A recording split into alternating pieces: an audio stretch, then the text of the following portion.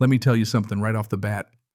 My HOA president, Karen Foster, holds the Guinness World Record for the most 911 calls in federal history, and I wish I was joking about that.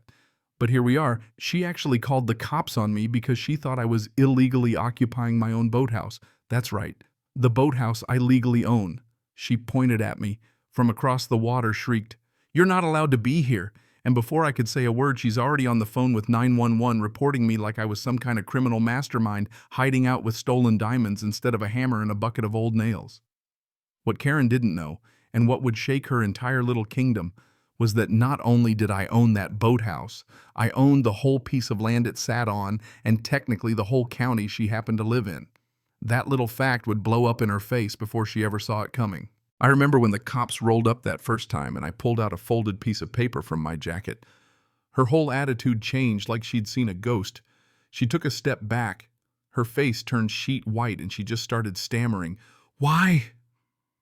Why do you have that paper?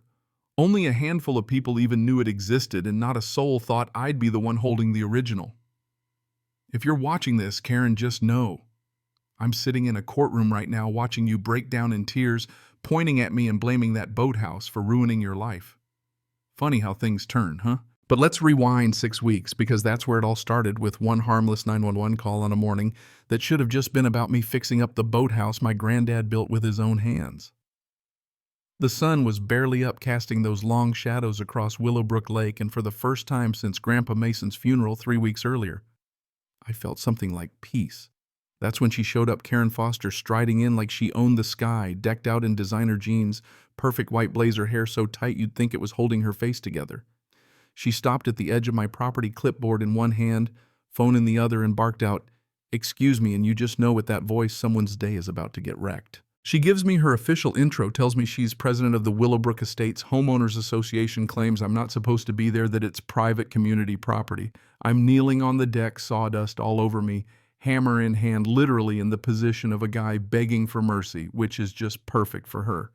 I introduce myself, Nate Riverside, just finishing what my granddad started before his heart gave out. And she's already scrolling through her phone like she's searching for my name in some kind of criminal database. "There's no Riverside in my resident directory," she announces with the confidence of someone who's never been wrong. And then she starts taking pictures of me, the boathouse, my granddad's old toolbox, like I'm a crime scene. "Ma'am, I understand you're doing your job," I say, standing up and brushing off my jeans, trying to keep it cool, "but this is my family's property. My grandfather just passed. I'm just finishing his repairs." I hold up the hammer, thinking maybe it'll help her see reason bad move. She lights up like she just won the lottery. "You're threatening me with a weapon." She shrieks, dialing 911 again. "There's a dangerous individual here. He's armed with a hammer." She gives the 911 operator a performance worthy of an Oscar, listing off my crimes while holding up her hand at me like she's stopping a wild animal. 20 minutes later, a sheriff's cruiser rolls up and out steps Officer Miguel Santos, big guy, kind eyes, old family friend. The moment he sees me with my grandfather's will on my lap, his whole face softens. "Nathan, I'm so sorry about Mason," he says. And right then, Karen's world starts to crack. She tries to get Miguel to arrest me, spinning her story about community property and deadly weapons, but Miguel isn't buying it. He tells her flat out this boathouse and me are exactly where we're supposed to be. As Miguel leaves, he pulls me aside. "Son, you need to watch out for that woman. She's made life hell for 12 families, already document everything." And let me tell you, that stuck with me. Karen storms off already on the phone, and I realize I just became public enemy number one. The next morning, my phone goes off ping after ping, 47 emails from Karen Foster sent in the dead of night. Each one more absurd than the last violation for unauthorized color, which is just my granddad's cedar siding, one for construction without permit, because I hammered in a nail, another for noise exceeding community standard at 8 a.m., even though the only thing out there making noise was the birds. My favorite, excessive calmness in the face of legitimate community concerns. I guess she wrote a rule making it illegal to not get angry enough. I checked the timestamps. She stayed up all night inventing legal ways to run me out. So I do some digging. Turns out my grandfather bought this land years before the HOA even existed. Their rules don't apply. I email Karen, nice and formal, explaining the law, and for about 47 minutes I think maybe that's the end of it. But no. She fires back with a Facebook group, Protect Willowbrook Values, plastering it with photos of me in the boathouse claiming I'm a dangerous outsider. Within hours, I'm being dragged through the mud by people I've never met. The community's split old-timers remember my grandfather's kindness, but the newcomers rally behind Karen's crusade. That's when I realized this isn't about property, it's about control. And Karen, she's terrified of anything she can't control. Within days, Karen's running full-scale surveillance, organizing community patrols, even convincing neighbors to watch me with binoculars. She calls Channel 7, spins some wild story about a dangerous squatter. The news bites. Suddenly, everyone's talking about me. That's when Mrs. Dorothy Chen knocks on my door, binoculars in hand, tells me Karen's been lurking in her yard snapping photos. She asked if she could use my deck for a better view, Dorothy says, shaking her head. At this point, I figure if Karen wants a fight in public, I'll give her one, but my way. I post a memorial album on Facebook full of photos of my grandfather teaching kids to fish, helping neighbors after storms, rebuilding docks for free. The old-timers start chiming in. Mrs. Chen remembers Mason saving her husband's life. Tom Martinez remembers him fixing his roof after a tornado. Sarah Williams posts a photo of her daughter catching her first fish with Mason grinning beside her. The hashtag #RememberMason takes off. And suddenly there's a split in the narrative. One side clings to HOA rules, the other side clings to the real heart of the community. Karen ups the ante with a 2-hour Facebook Live reading off 23 violations, vowing to take me to federal court. And she means it. 2 days later, I get a certified letter from her lawyer. She's suing me.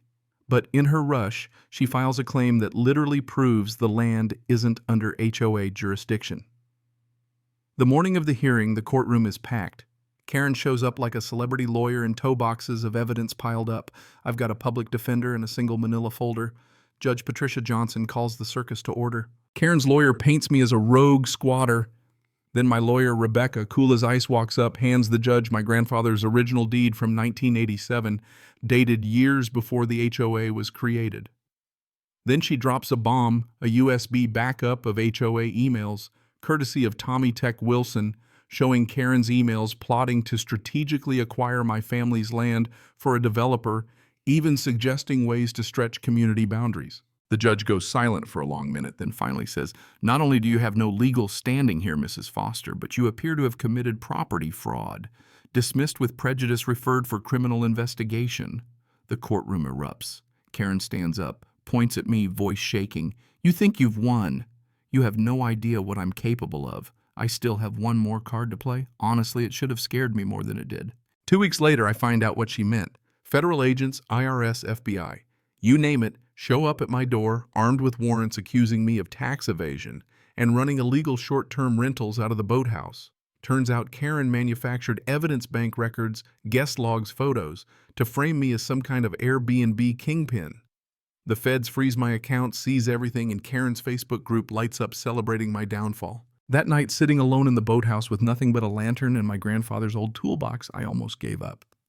But then I find a loose floorboard, and inside a locked metal box full of documents, there's a letter from my granddad written just weeks before he died.